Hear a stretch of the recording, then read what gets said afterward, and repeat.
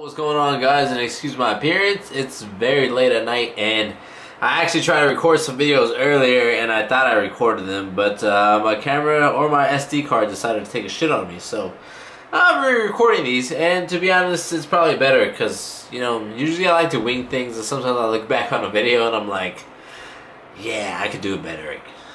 So yeah, I'm just gonna tell you guys a quick story, and I might have mentioned the story in the past. I don't know if I have or not. But this is how I became a DJ.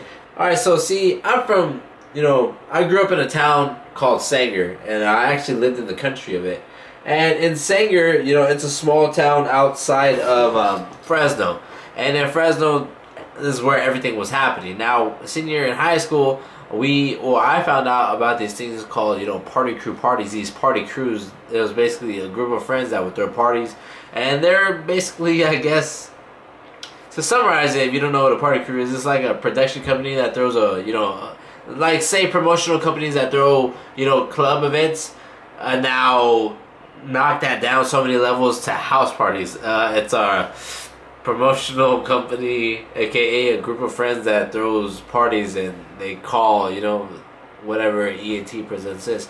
But anyways, that was pretty big, and being from Sanger, we thought that was cool because it was something in Fresno and there wasn't anything in Sanger like that. I actually had a buddy named Robert who was actually in a Fresno party crew, so it was, whoa, it was something different. And yeah, so graduated high school, about a year passes, or maybe that summer, I can't really remember, to be honest. I want to say a year passes though. It's like the next summer over. My buddy Little Man, a good friend of mine, a very good friend of mine, who's actually in the Navy, so shouts out to everybody in the military and thank you for your service. I have a lot of homies that are in the military, so shouts out to you guys.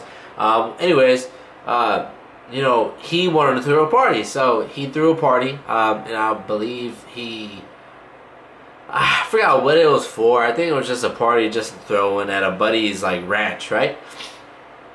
And yeah, it was and leading up to the party, I asked if he needed any help. So I think I helped him out with bottles of liquor, and the only way I got them is not to throw anybody on the bus, but I just so happened to know somebody who was of age and was just down to, buy these very cheap bottles of Popo for me, so that's what I, helped him out with. And yeah, that we went from there. I said, hey man, if you're gonna start throwing parties, I'll be down to help you out. And I want to say, because he messed around with Photoshop because of a digital photography class that he had took senior year, so he knew a little bit, on flyers. So on his flyers leading up to it. Now this was MySpace days when MySpace was huge. On his flyers leading up to it, he'd have he just called it Little Man Entertainment because that was his nickname in high school. You know what I mean? So I just helped him out, and we went from there, right?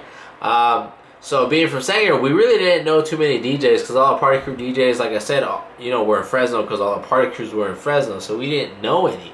But one thing that made us stand out as far as our parties was being in Sanger, we had a lot more country land, and we had better spots to throw parties. Therefore, our parties would last longer, were bigger, and ultimately we met a lot of good guys from Fresno, and I still keep in touch with a lot of these guys, and I still know a couple of these DJs till this day.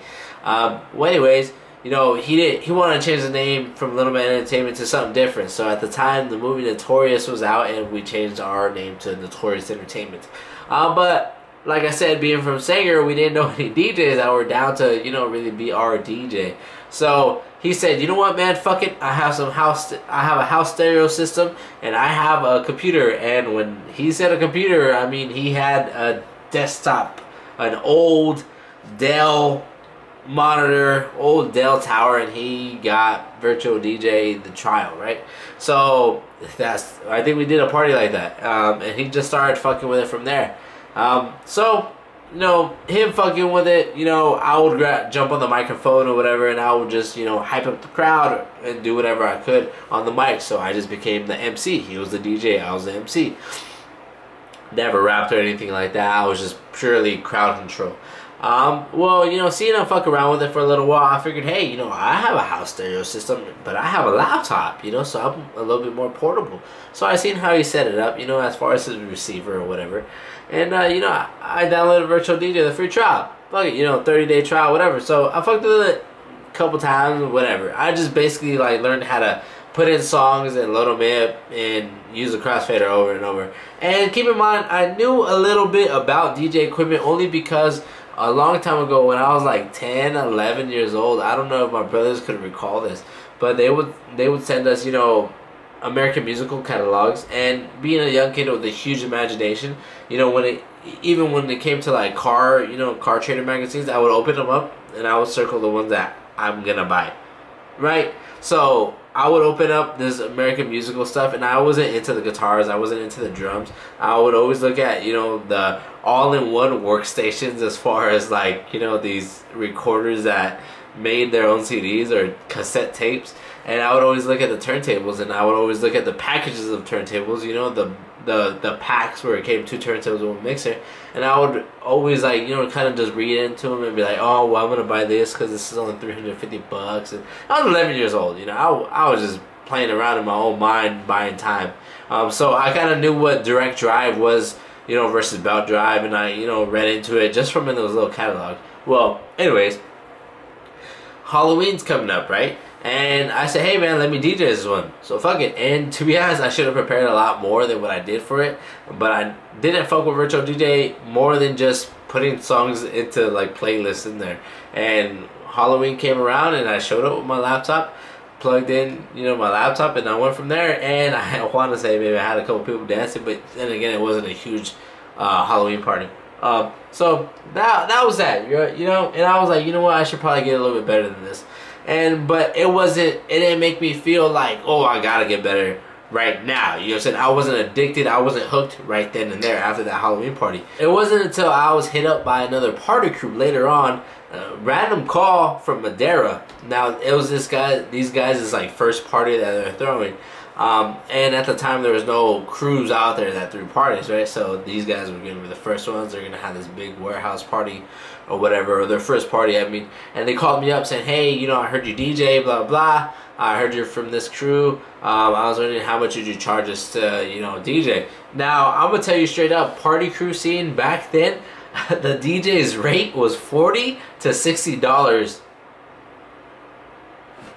That's it. Like, not per hour. It was really ghetto, really shitty equipment for the most part, and that's all it was. You know, party crews weren't making a shit ton of money. They weren't making an amazing amount of money. They're doing okay, you know, and most of the time you really didn't make money.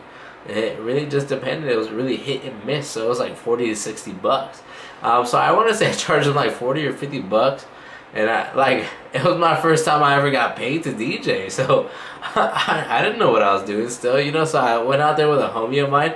I took my, you know, house stereo system that I was using, and yeah, and you know what, I did good. Like I remember that was the first time I felt like I did good, and I had a good dance for the whole time. You know, people really liked my music, and at this time I didn't use sync. I didn't know what I was doing. I was purely just playing the song, and you know, playing the next song when that one ended. That's all I was doing, and it worked.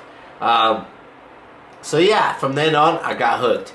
I wanted to get better because I seen the outcome of the reaction of people to music. You know what I'm saying? I was like, whoa, I can really control this. I can really do something with this.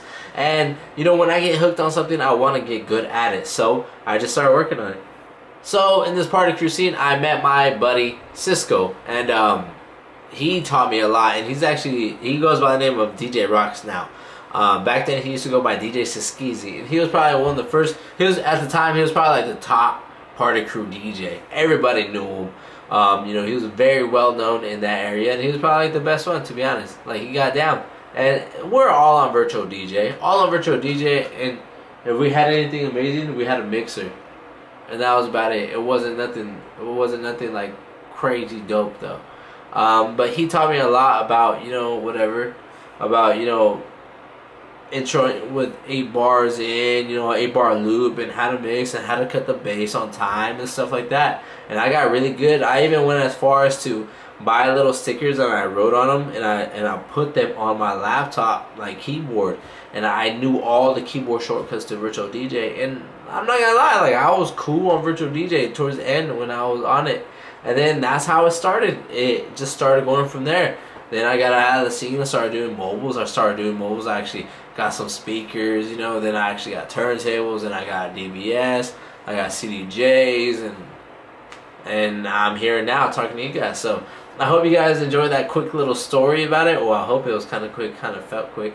And yeah, I could go into it later on in the future, but I don't want to bore you guys to sleep or whatever. But I hope you guys enjoyed it, and let me know down in the comment section how you guys became a DJ. I'd like to know, you know, how you guys became a DJ, or other YouTubers watching this. Yo, make a video how you became a DJ. I really like to know how you guys became a DJ. So yeah, I'll see y'all on the next one. Peace. Andy Mac, motherfucker.